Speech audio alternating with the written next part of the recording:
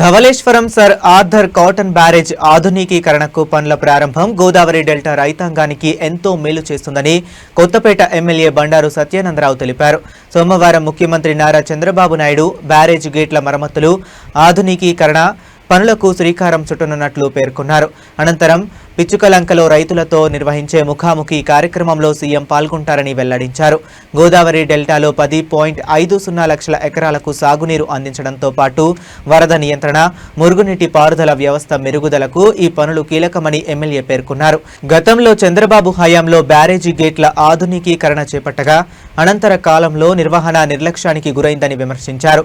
ప్రస్తుతం చేపడుతున్న పనులతో బ్యారేజీ సామర్థ్యం మరింత పెరిగి రైతులకు దీర్ఘకాలిక ప్రయోజనం కలుగుతుందని అన్నారు.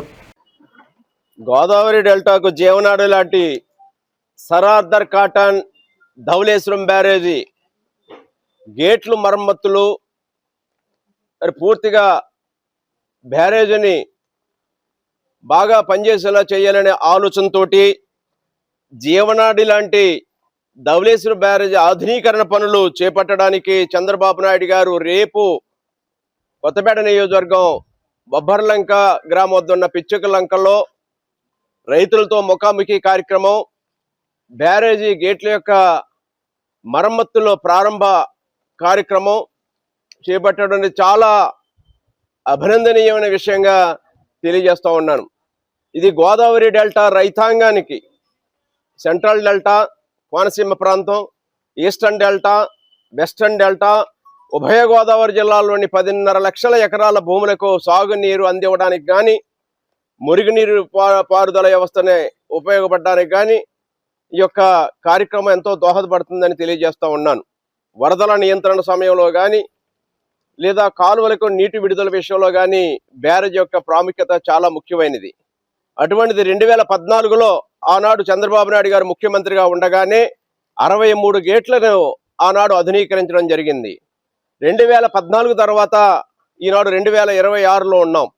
ఇంతవరకు మళ్ళా దాని మీద ఎవరు గత ప్రభుత్వంలో జగన్మోహన్ రెడ్డి గారి ప్రభుత్వంలో వైసీపీ పాలనలో కనీసం గేట్లు మరమ్మతులు చేయడానికి కానీ ఆయిల్ గొడ్డలి ప్రభుత్వం చేసినటువంటి దుర్మార్గమైన కార్యక్రమాలకి తుంగభద్ర గేట్లు కొట్టుకుపోతే కర్ణాటక ప్రభుత్వంతో మాట్లాడి తిరిగి ఆ గేట్లు పునరుద్ధరించేలాగా సత్వరం చర్యలు చేపట్టి రాయలసీమ రైతాంగాన్ని కూడా మేలు చేయడం జరిగిందనేది ఈ సందర్భంగా తెలియజేస్తూ ఉన్నాను. అదేవిధంగా వెలిగొండ ప్రాజెక్టు కింద ఉన్న నిర్వాసితులకు పరిహారం చెల్లింపులో ఒకే రోజు పరిహారం చెల్లించేలా కూడా చర్యలు పట్టిసీమ ద్వారా ఈనాడు కృష్ణా డెల్టా అంతా కూడా ఆయకట్టు స్థిరీకరించబడతా ఉంది. కృష్ణా డెల్టాకి ఈనాడు జీవనాడి పట్టిసీమ అయింది. ఆనాడు పట్టిసీమ కట్టినప్పుడు కూడా అపహాస్యం చేశాడు, అది వృధాగా కడుతున్నారని చెప్పారు. కానీ ఇలా పట్టిసీమ వల్లే కృష్ణా డెల్టాకి సాగునీరు వెళ్తా ఉంది, కృష్ణా డెల్టా పరిరక్షించబడతా ఉంది. అంటే ఈనాడు పట్టిసీమ వల్ల వెళ్ళే గోదావరి జలాల వల్ల రెండు కూడా అవినాభావ సంబంధం ఉంటుంది. దగ్గర దగ్గర 53,000 కోట్ల రూపాయలు వ్యవసాయానికి ఈ సంవత్సరం బడ్జెట్లో కేటాయింపులు చేశారంటే చంద్రబాబు నాయుడు గారు ఏ విధంగా రైతాంగం పట్ల మమకారం చూపుతున్నారనేది అదొక ఉదాహరణగా చెప్పవచ్చు. ఈ రాబోయే రోజుల్లో రైతులు డిమాండ్ ఆధారిత పంటలు వేసుకోవడం ద్వారా కానీ లేదా ఈ సాగునీటి వ్యవస్థను పునరుద్ధరించుకోవడం ద్వారా కానీ గోదావరి డెల్టా మోడరేషన్ చేయాలనేది కూడా ఆలోచన చేస్తూ ఉన్నారు. ఇప్పటికే లైడర్ సర్వే దాన్ని చేశారు. గోదావరి డెల్టా ఆధునీకరణ చేపడితే సుమారు 2,000 కోట్లు 2,500 కోట్ల రూపాయలతోటి యొక్క గోదావరి డెల్టా 3 డెల్టాలు ఆధునీకరణ చేస్తే ఉభయ గోదావరి జిల్లా రైతాంగానికి ఎనలేని మేలు చేకూరుతుంది. పోలవరం ప్రాజెక్టు ఈనాడు ఒక పరుగులు పెట్టిస్తూ ఉన్నారు. పోలవరం ప్రాజెక్టు నిర్మాణం కూడా రాబోయే పుష్కరాలకు ముందుగానే ప్రారంభించాలనే ఆలోచనతోటి ఈనాడు కూటమి ప్రభుత్వం పనిచేస్తూ ఉంది. ఈ విధంగా నీటిపారుదల రంగానికి పెద్దపీట వేస్తూ వ్యవసాయ రంగాన్ని ముందుకు తీసుకెళ్తూ రాష్ట్రంలో ఈనాడు మూడో వంతు ఆదాయాన్ని వ్యవసాయం ద్వారా వస్తేనే రాష్ట్రం బాగుపడుతుంది. 70% ప్రజానికం వ్యవసాయం మీద ఆధారపడి ఉన్నారనేది దాని తగ్గ వసతులు కల్పించడం కోసం ఈనాడు చంద్రబాబు నాయుడు గారు అవిరల్ కృషి చేస్తూ ఉన్నారు. అందులో భాగంగా ఈ కార్యక్రమాలన్నీ జరుగుతూ ఉన్నాయి. ఈనాడు మన కళ్ళ ముందు కనిపిస్తూ ఉన్నాయి. ధవళేశ్వరం బ్యారేజీకి 150 కోట్ల పర్యటనను విజయవంతం చేయవలసిందిగా ఎన్డీఏ కూటమి నేతల్ని, ప్రజల్ని, రైతాంగాన్ని అందరినీ కూడా హృదయపూర్వకంగా ఆహ్వానిస్తూ వారిని వేడుకుంటూ ఉన్నాను. నిర్వాసితులకు పరిహారం చెల్లింపులో ఒకే రోజు పరిహారం చెల్లించేలా కూడా చర్యలు తీసుకోవడం జరిగింది.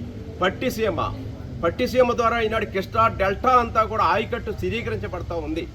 కృష్ణా డెల్టాకి ఈనాడు జీవనాడి పట్టిసీమ అయింది. ఆనాడు పట్టిసీమ కట్టినప్పుడు కూడా అపహాస్యం చేశారు, అది వృధాగా కడుతున్నారని చెప్పారు. కానీ ఇలా పట్టిసీమ వల్లే కృష్ణా డెల్టాకి సాగునీరు వెళ్తూ ఉంది, కృష్ణా డెల్టా పరిరక్షించబడతా ఉంది. అంటే ఈనాడు పట్టిసీమ వల్ల వెళ్ళే గోదావరి జలాల వల్ల కృష్ణా డెల్టా ఈనాడు ఆయకట్టు రైతాంగం సంతోషంగా ఉన్నారని తెలియజేస్తూ ఉన్నాను. ఈ విధంగా రాష్ట్ర రైతాంగాన్ని ముందుకు తీసుకెళ్లడం కోసం జోడెడ్ల బండిల అభివృద్ధి సంక్షేమాన్ని చంద్రబాబు నాయుడు గారు ముందుకు తీసుకెళ్తా ఉన్నారు. ఈనాడు కూటమి ప్రభుత్వం చంద్రబాబు నాయుడు గారు, పవన్ కళ్యాణ్ గారు, మోడీ గారి నాయకత్వంలో ముందుకెళ్తుందని తెలియజేస్తూ ఉన్నాను. అదేవిధంగా ఒక పక్క మోడరేషన్ కార్యక్రమాలే కాదు, మరొక పక్క రైతాంగానికి ఉపయోగపడే అనేక కార్యక్రమాలు రైతు బాంధవుడిగా ఆయన నడుస్తూ ఉన్నాడు అనడానికి అనేక పిక్కు ఉదాహరణలు చెప్పవచ్చు. రైతు బాంధవుడు చంద్రబాబు నాయుడు అనడానికి ప్రకృతి సేద్యంలో ఈనాడు దేశంలోనే ముందంజలో ఉంది. బిందు సేద్యంలో దేశానికే మార్గదర్శనం చూపించారు. ఇజ్రాయెల్ టెక్నాలజీ అన్నాడు కుప్పంలో మొట్టమొదటిగా డ్రిప్ ఇరిగేషన్ తీసుకురావడం బిందు సేద్యం ద్వారా.